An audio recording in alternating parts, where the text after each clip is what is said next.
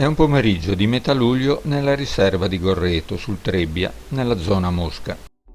La giornata è soleggiata, ma non particolarmente calda, grazie ad un discreto vento che però non agevola la posa degli artificiali.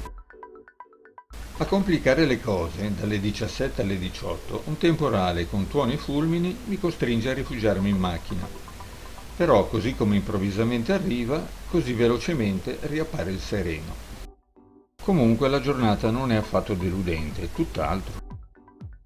In questo video ho riportato alcune catture della giornata. Ho iniziato, come mia abitudine, con la mosca secca. Però, dopo più di un'ora, solo un paio di trote sono salite sul mio artificiale, mentre ne ho osservate diverse pinneggiare apatiche sul fondo.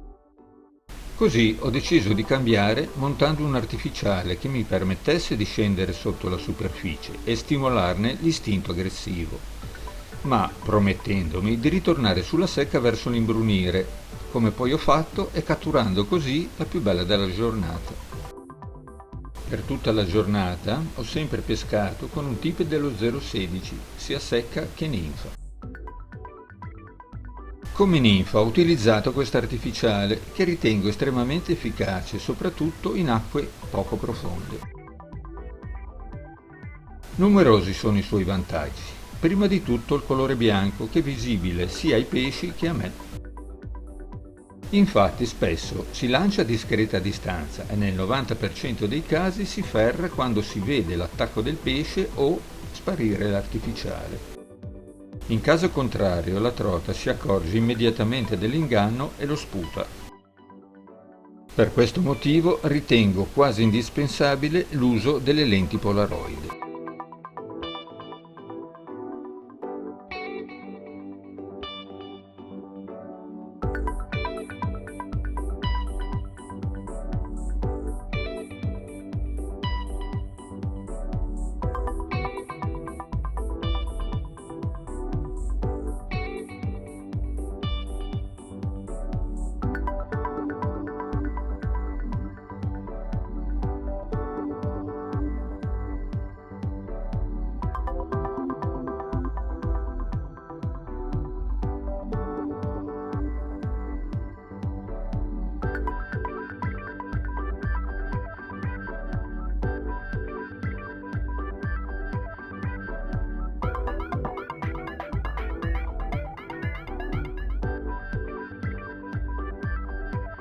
Inoltre, rispetto per esempio al classico mop fly, è più piccolo e soprattutto di un materiale più idrorepellente, quindi assorbendo meno acqua è più leggero da lanciare.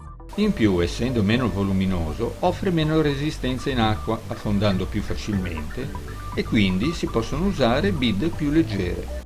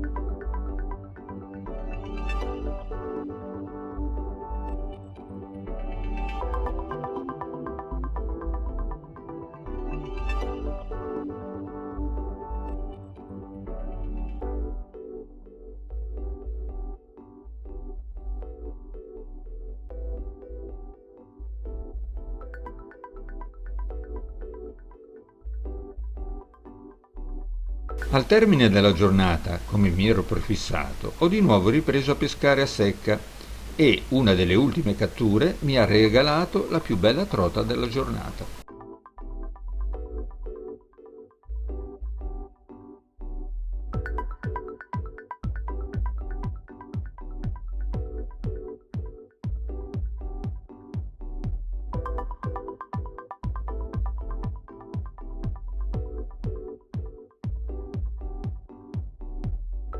Per me, che non amo particolarmente pescare nei lagoni, dove comunque si vedevano numerosissime trote, ma preferisco pescare nelle correnti, non posso che essere soddisfatto della gestione di questa riserva, per come le trote sono state ben distribuite lungo tutta l'asta del torrente. Per quanto riguarda la taglia delle trote, poi basta vedere il video. Inoltre queste ridee sono estremamente combattive e portarle a guadino hanno richiesto sempre notevole tempo e fatica.